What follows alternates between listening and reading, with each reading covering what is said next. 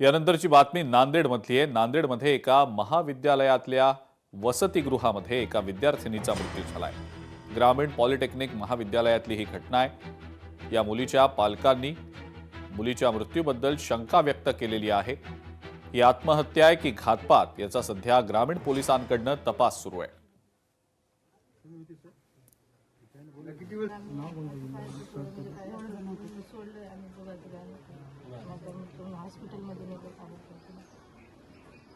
माझ्या मुलीचं मला न्याय पाहिजे।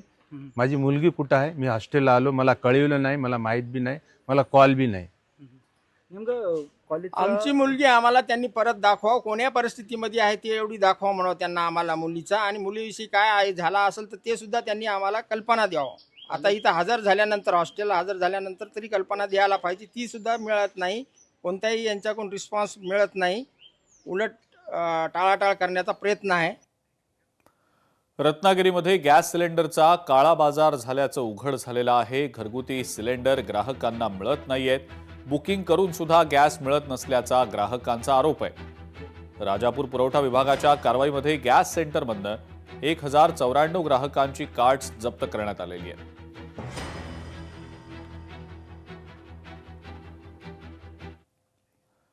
राज्यातल्या अनेक भागांमध्ये वादळी वाऱ्यासह अवकाळी पावसाचा जोर गेले काही दिवस पाहायला मिळतोय। पुणे जिल्ह्यामध्ये अवकाळी पावसामुळे मोठं नुकसान झालेलं होतं आणि या नुकसानाचे महसूल आणि कृषी विभागाकडून पंचनामे सुरू आहेत। कृषी अधिकारी संजय काचोळे यांनी शेतीची पाहणी केलेली आहे।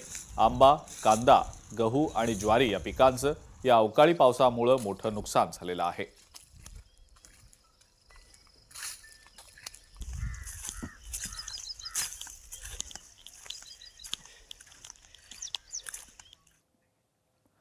पुण्यामध्ये मार्च महिन्यात ऊन कमी आणि पाऊस जास्त अशी परिस्थिती सध्या दिसतेय।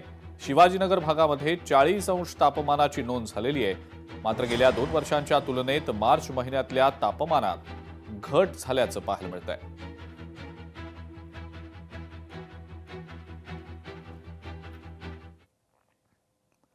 कोल्हापूर महानगरपालिकेच्या उत्पन्नात 110 कोटींची तूट आता असल्याचं दिसतंय आणि याचा थेट फटका शहरातील विकास कामांना बसण्याची शक्यता आहे। गतवर्षीच्या अंदाजपत्रकात 635 कोटींचा महसुली उत्पन्नाचा स्रोत अपेक्षित आहे, मात्र 524 कोटी पालिकेच्या तिजोरीमध्ये जमा झालेले आहेत।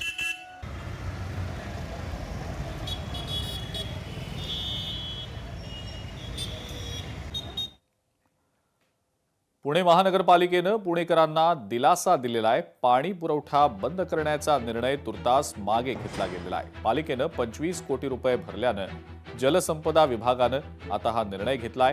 पाणीपट्टी थकबाकीवरून जलसंपदा विभागानं थेट इशारा दिलेला होता। पालिकेनं आतापर्यंत थकबाकीचे 251 कोटी रुपये भरल्याचं दिसतंय।